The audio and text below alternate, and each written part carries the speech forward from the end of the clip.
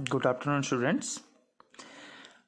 आज का हमारा टॉपिक है वैद्युत आवेश का इलेक्ट्रॉन सिद्धांत। इस सिद्धांत के अनुसार पदार्थ अणुओं से मिलकर बना होता है और अणु परमाणुओं से मिलकर बने होते हैं। परमाणु इलेक्ट्रॉन, प्रोटॉन और न्यूट्रॉन से मिलकर बने होते हैं। प्रोटॉन तथा न्यूट्रॉन मिलकर परमाणु का नाभिक बनाते हैं तथा इलेक्ट्रॉन इसकी बाह्य कक्षाओं में चक्कर लगाते हैं। प्रोटॉन तथा न्यूट्रॉन से मिलकर बने हुए नाभिक का मध्य भाग परमाणु के अन्य भाग के अपेक्षा थोड़ा सा भारी होता है। प्रोटॉन पे धनावेश, इलेक्ट्रॉन पे ऋणावेश तथा न्यूट्रॉन उदासीन होते हैं। अतः चूंकि न्यूट्रॉन पर कोई आवेश नहीं होता है, अतः परमाणु धनावेश होता है। क्योंकि देखिए प्रोटॉन है और न्यूट्रॉन है, प्रोटॉन पे प्लस आवेश है और न्यूट्रॉन पे कोई भी आवेश नहीं है। अतः प्रोटॉन पे प्लस आवेश होने के कारण परमाणु कैसा हो गया? धनावेश हो गया। तो यह है कि सिद्धांत में पदार्थ अणु से मिलकर बना है, अणु परमाणु से मिलकर बना है, परमाणु इलेक्ट्रॉन, प्रोटॉन और न्यूट्रॉन से मिलकर बना है। प्रोटॉन और न्यूट्रॉन परमाणु का नाभिक बनाते हैं, इलेक्ट्रॉन बाह्य कक्षाओं में चक्कर लगाते हैं और प्रोटॉन पे धनावेश तथा इलेक्ट्रॉन पे कैसा आवेश होता है? ऋणावेश होता है। अब परमाणु में जो प्रोटॉन की संख्या तथा इलेक्ट्रॉन की जो संख्या होती है वो बराबर होती है। अतः हम कह सकते हैं कि परमाणु पर धनावेश तथा ऋणावेश दोनों बराबर होते हैं। अतः सामान्यतः परमाणु कैसा होता है? विद्युत उदासीन होता है। जो परमाणु में जो प्रोटॉन तथा इलेक्ट्रॉन पर आवेश कैसा होता है? समान होता है। प्रोटॉन पर प्लस 1.6 × 10⁻⁹ कूलम तथा इलेक्ट्रॉन पर माइनस 1.6 × 10⁻⁻19 कूलम का ऋणावेश होता है। इसी में आगे चर्चा करते हुए हम बात करते हैं कि यदि परमाणु से एक या अधिक इलेक्ट्रॉन आप क्या करते हैं? निकाल लेते हैं। किसी परमाणु से आप एक इलेक्ट्रॉन या एक से अधिक इलेक्ट्रॉन निकालते हैं तो परमाणु क्या हो जाता है? धनावेश हो जाता है। क्यों? क्योंकि इलेक्ट्रॉन निकलेगा तो धनावेश की मात्रा अधिक हो जाएगी। अर्थात किसी वस्तु का धनावेश से जाना उसके परमाणु में इलेक्ट्रॉन की कमी को क्या करता है? प्रदर्शित करता है। आगे की जब आप न्यूमेरिकल करेंगे तो उसमें आपसे बताया जाएगा कि पूछा जाएगा कि बताइए इलेक्ट्रॉन के परमाणु में इलेक्ट्रॉन की कमी हो रही है या इलेक्ट्रॉन की अधिकता हो रही है। तो यदि परमाणु धनावेशित है तो वह इलेक्ट्रॉन की कमी को प्रदर्शित करता है। इसके विपरीत यदि परमाणु एक या एक से अधिक इलेक्ट्रॉन ग्रहण करता है तो वो क्या हो जाता है? ऋणावेश हो जाता है। क्योंकि इलेक्ट्रॉन की मात्रा अधिक हो जाएगी तो परमाणु में धनावेश की मात्रा कम हो जाएगी और ऋणावेश की मात्रा अधिक हो जाएगी। इससे जब परमाणु एक से अधिक इलेक्ट्रॉन ग्रहण करता है तो वस्तु पर ऋणावेश होती है और वस्तु का ऋणावेशित हो जाना इलेक्ट्रॉन की अधिकता को क्या करता है? प्रदर्शित करता है। अब हम बात करते हैं कि हमने घर्षण द्वारा आवेश का स्पष्टीकरण कि जो परसों रेशम,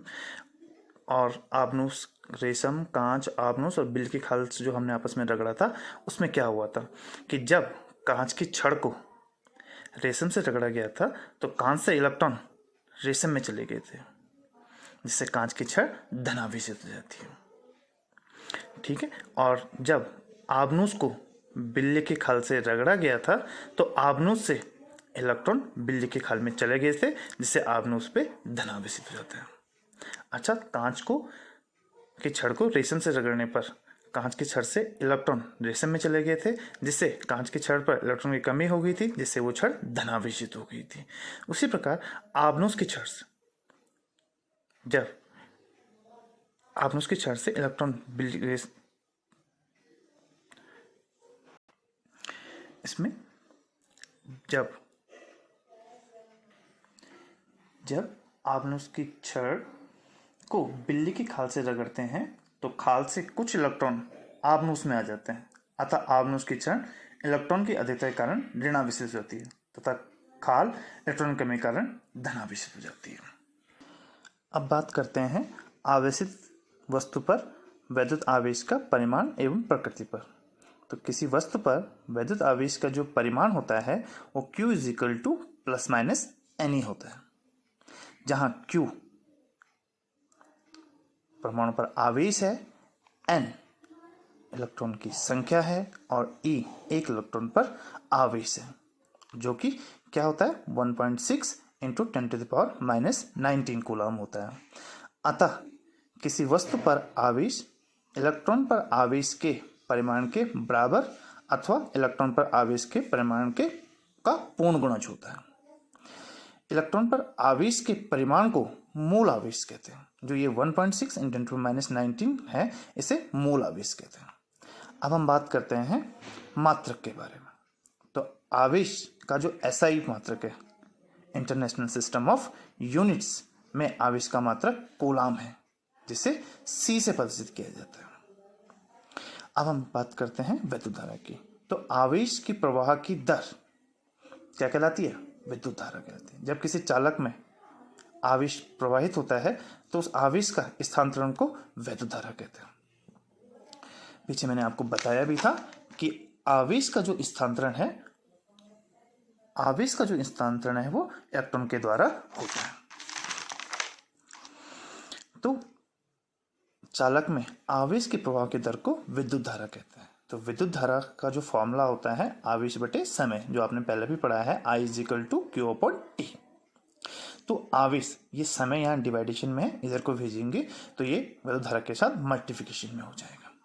अब अतः आवेश की जब आप कूलम, तो आवेश का मात्रक कूलम है, तो ये देखिए कूलम, अगर हम एक सेकंड में, सबसे छोटा मात्रक समय का मात्रक सेकंड होता है और विद्युत धारा का मात्रक एम्पियर होता है, मूल मात्रक एम्पियर होता है। तो इसमें 1 एम्पियर और 1 सेकंड लेते हैं, तो 1 कूलम बराबर हो जाता है 1 एम्पियर 1 सेकंड। अतः किसी चालक में 1 एम्पियर की विद्युत धारा 1 सेकंड तक प्रवाहित हो तो चालक में गुजरने वाले आवेश की मात्रा 1 कूलम होगी। अर्थात यदि किसी चालक में 1 एम्पियर की विद्युत धारा 1 सेकंड तक प्रवाहित होती है तो चालक में गुजरने वाले आवेश की मात्रा कितनी होगी? 1 कूलम होगी। अब हम इसके छोटे मात्रकों की बात करते हैं। आवेश का मात्रक मैंने आपको बता दिया, SI मात्रक कूलम होता है। तो SI सिस्टम में जो छोटे मात्रक हैं वो ये म्यू माइक्रो कूलम बोलते हैं। एक जो माइक्रो कूलम होता है वो 10⁻⁻6 कूलम के बराबर होता है, तथा एक माइक्रो कूलम 10⁻⁻12 कूलम के बराबर होता है। अब बात करते हैं हम वैद्युत आवेश के गुण। तो वैद्युत आवेश का जो गुण है उसमें पहला है योज्यता का सिद्धांत। इस सिद्धांत को ध्यान से देखेंगे, ये आपके परीक्षा के दृष्टि से भी, परीक्षा में भी पूछा जाता है। 2013 के प्रश्न पत्र में योज्यता का सिद्धांत आया हुआ है। तो इस सिद्धांत के अनुसार, ये मैंने परिभाषा यहाँ पे शॉर्ट में लिखी है, मैं आपको इसका पेजेस बुक के पेजेस भेज दूंगा और आपको नोटबुक के पेजेस भी भेज दूंगा, आप वहाँ से इसको ढंग से कॉपी कर सकते हैं। तो किसी निकाय का कुल आवेश उसके विभिन्न अवयवी कणों पर उपस्थित आवेश के बीजगणितीय योग चिन्ह सहित योग के बराबर होता है। अब ये बीजगणितीय योग अर्थात जिस आवेश पर प्लस आवेश होगा उसका चिन्ह हम प्लस लेंगे, और जिस आवेश का चिन्ह माइनस होगा उस आवेश को हम माइनस में लेंगे। यदि n कणों पर जो आवेश है वो +Q1 +Q2 -Q3 तथा -Q4 तथा किसी भी परमाणु में कितने कण हैं? n Q1 तक। यदि n कणों पे जो आवेश है वो +Q1 +Q2 -Q3 -Q4 तथा +Q1, तो योज्यता के सिद्धांत के अनुसार किसी भी निकाय पर कुल आवेश जो होगा वो अवयवी कणों पर उपस्थित आवेश के बीजगणितीय योग के बराबर होगा। अर्थात इस Q = Q1 +Q2 -Q3 -Q4 so on Q1 तक। अर्थात इस सिद्धांत में आप किसी भी निकाय के कणों पर जो भी आवेश है उस, ये यहाँ पे प्लस है तो यहाँ पे प्लस लेंगे, और यहाँ पे माइनस है तो यहाँ पे माइनस लेंगे, और इनकी क्वांटिटी रखते हुए इन्हें ऐड कर लेंगे। अब दूसरा है इसमें वैद्युत आवेश का क्वांटीकरण। ये जो हम पढ़ रहे हैं वैद्युत आवेश के गुण पढ़ रहे हैं, तो वैद्युत आवेश का क्वांटीकरण। तो आवेश को अनिश्चित रूप से विभाजित नहीं किया जा सकता है, अर्थात वस्तु पर आवेश मूल आवेश का पूर्ण गुणज होता है। कभी भी अधूरा गुणज जैसे 0.5, 2.5, 0.5 नहीं होगा, पूर्ण गुणज होगा। 1 ±1 हो सकता है, ±2 हो सकता है, +-3 हो सकता है, या E मतलब 1, 2E 2 इलेक्ट्रॉन के बराबर आवेश होगा, 3 इलेक्ट्रॉन के बराबर आवेश होगा, या -1 इलेक्ट्रॉन के बराबर आवेश होगा, -2 इलेक्ट्रॉन के बराबर होगा किसी भी क्रम पर आवेश, या -3 इलेक्ट्रॉन के बराबर होगा। लेकिन कभी भी आवेश इस रूप में नहीं होगा। 0.5 ये है, 0.5, 2.5 या 0.6 ये उदाहरण है। जैसे आवेश को अनिश्चित रूप से विभाजित नहीं किया जा सकता, अर्थात वस्तु पर आवेश मूल आवेश का पूर्ण गुणज होगा। पूर्ण संख्याएं आपको पता है 1, 2, 3, 4, 5 इस तरह से सोन। कभी भी 0.5, 2.5, 0.6, 0.3 मतलब टूटा हुआ नहीं होगा। तो आपने आज पढ़ा है वैद्युत आवेश का इलेक्ट्रॉन सिद्धांत, घर्षण द्वारा आवेशों का स्पष्टीकरण, आवेशित वस्तु पर वैद्युत आवेश का परिमाण तथा विद्युत आवेश के गुण, विद्युत आवेश का क्वांटीकरण, तथा लास्ट है इसमें कि वैद्युत आवेश के संरक्षण का सिद्धांत। तो आवेश को, ये तो आपने पहले भी पढ़ा है कि आवेश को ना तो उत्पन्न किया जा सकता है और ना ही नष्ट किया जा सकता है। इसे आवेश के संरक्षण का सिद्धांत कहा जाता है। बस एक रूप से दूसरे रूप में परिवर्तित किया जा सकता है। तो आवेश को ना तो उत्पन्न किया जा सकता है और ना ही नष्ट किया जा सकता है, यह आवेश संरक्षण का सिद्धांत है। तो आज हम इतना ही लेंगे।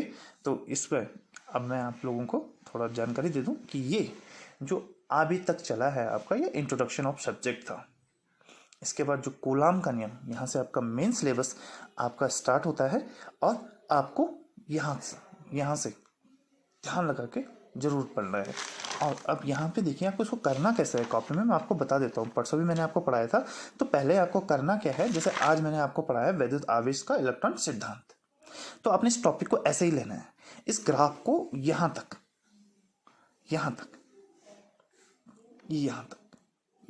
पूरा इस तरह से, जब तक एक टॉपिक चल रहा है इसको इस तरह से कर देना है।